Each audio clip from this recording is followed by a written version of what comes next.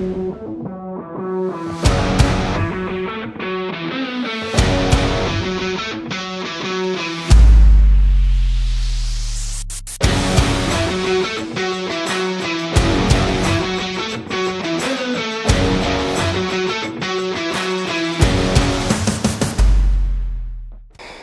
a $700 bill. It's for the bow, baby. It's for the bow. Alright, welcome back. So, we're gonna run down the buck that I killed on October 24th. So, starting October 23rd, we got a trail cam picture of a pretty nice 10. We had a couple other good bucks on camera.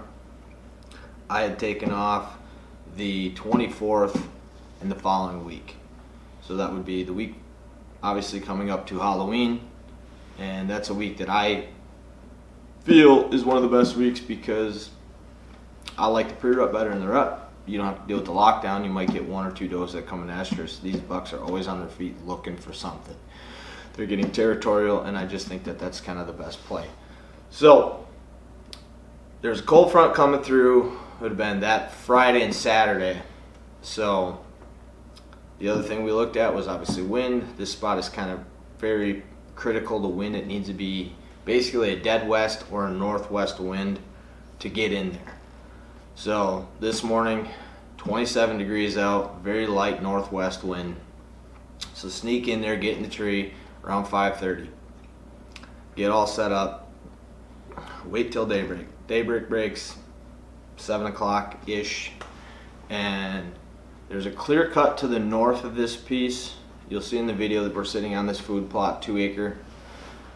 And to the west, there's a small finger that runs through on the back side of this food plot. They kind of really run that little travel corridor. And then they'll obviously come out of this clear cut, and then there's a small finger up in there too that's kind of thick. So they bed in those kind of general areas, and then they work out. So I'm watching this clear cut to the north right at daybreak. All of a sudden I hear something, pan over to the food plot, and I see 2 deer out there. I hear this basic crack, and I'm pretty sure they hit horns. So pull binos out, check, 2 good bucks, grab the camera, start running the camera. It takes me a minute to focus, as you'll see on the video, but he starts working across. I try to get it, but he chased this other buck off. So he's out there by himself, and he starts working his way coming across this food plot.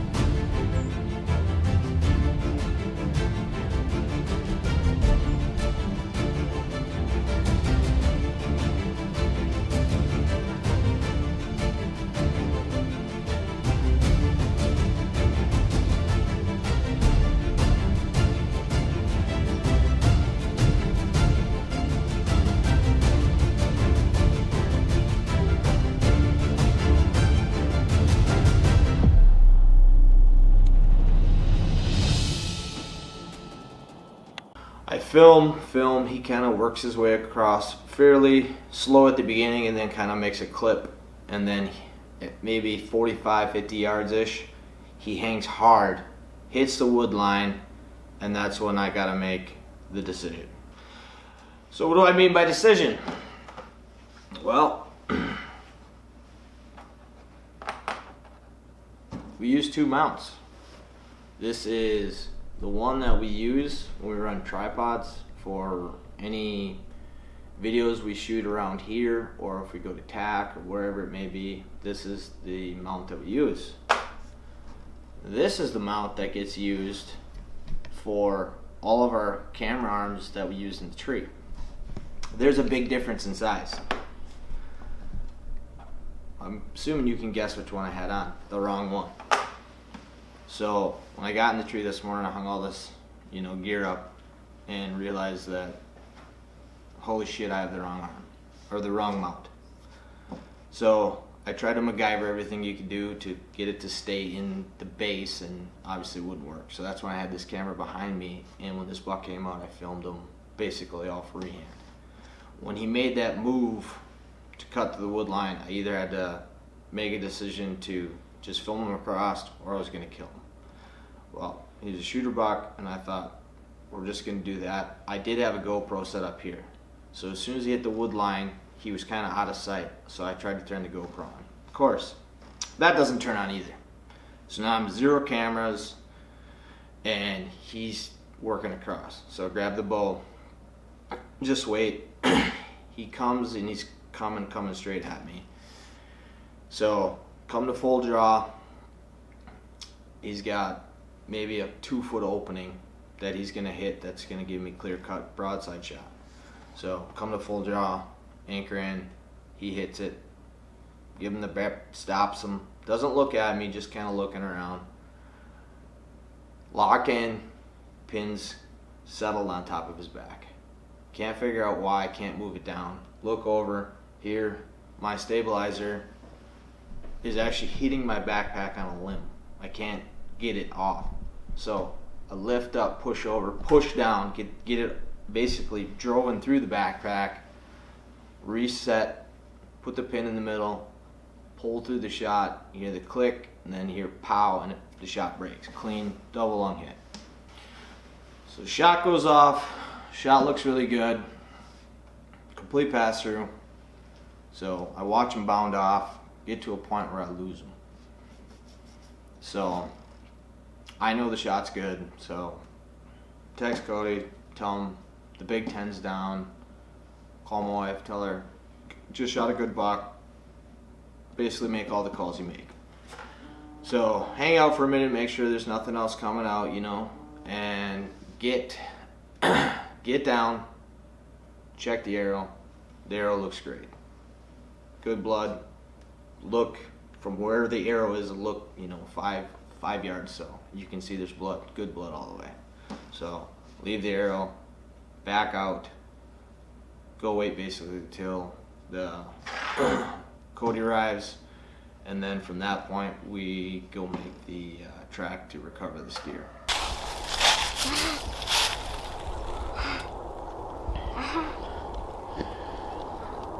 Looks pretty good, huh? Yeah. Should we take off? All the way up on them trees. I mean, he's pumping.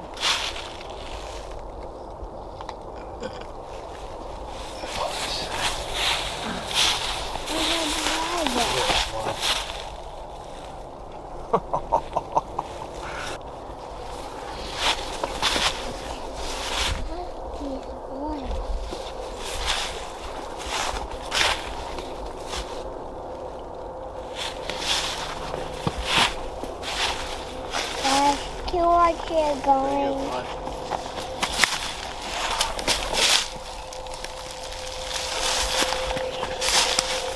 On the track. Can you follow Josh?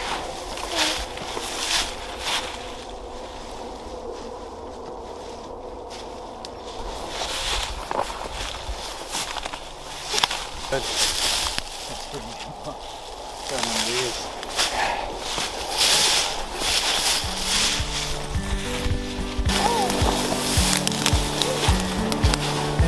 See if he's there. That's where the blood go. Right there. See it? Go that way. See it, deer? Follow the blood. Follow the blood. Come on, follow the blood. What do you see? Up here. Look at that, huh?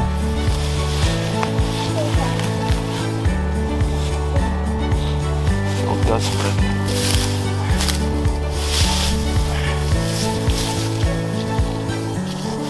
That's the one. That is him. I don't think that's the one from last night. You don't think so? No, he's got short brows. Maybe. There might be 3 of them. Might be 3 of them. Yeah. Let's go buck. He's not bad. Nothing wrong with that. No. What's wrong with What do you think? Good? Come here. Gold You wanna horns. hold him? There's a $700 bill. It's for the bow, baby. It's for the bow. Hey, you know what that means? Huh? More venison steak. You know what that Yeah. means? Dad's got the woods to himself. Well, not really, but What? What do you mean? you got a camera guy now. Oh. You got it made. My ear's tagged. I don't need to go do anything other than hit record. Too easy. Beast, very impressed. Yeah. Yeah. I mean, that was Blood is great blood. Like, look at that blood up on that freaking twig. Good. Yeah, it was Look at all everywhere. this. Look at all this. It was easy track job. Yeah. You can't get any easier. Big fan of the broadhead. So, Look, it's bubbling. yeah. Fulmar Jr., huh? Not that level. Oh. More like a David Hauser. It's not an engineer. But You're more like a let's hear it. like a James Visser, not Okay, that's fine. That's fine. No, super awesome. Yeah. Shot with a stand too, huh? Shot it with the stand. Yeah. I screwed around for over an hour last night deciding what I wanted to shoot. And I just said, if I got to run camera, this one will be easier. And I didn't even have to run camera, so.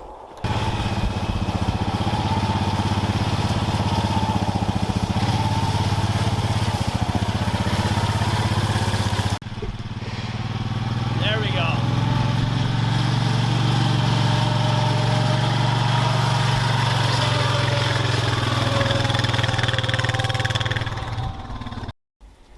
Okay, buck is caped out.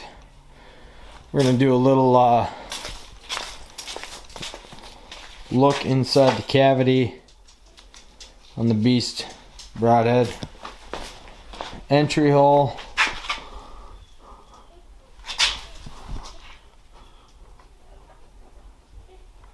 Nice big slap cut. And then the exit. So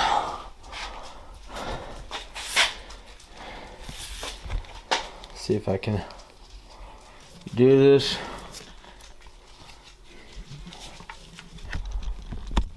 Without wrecking everything.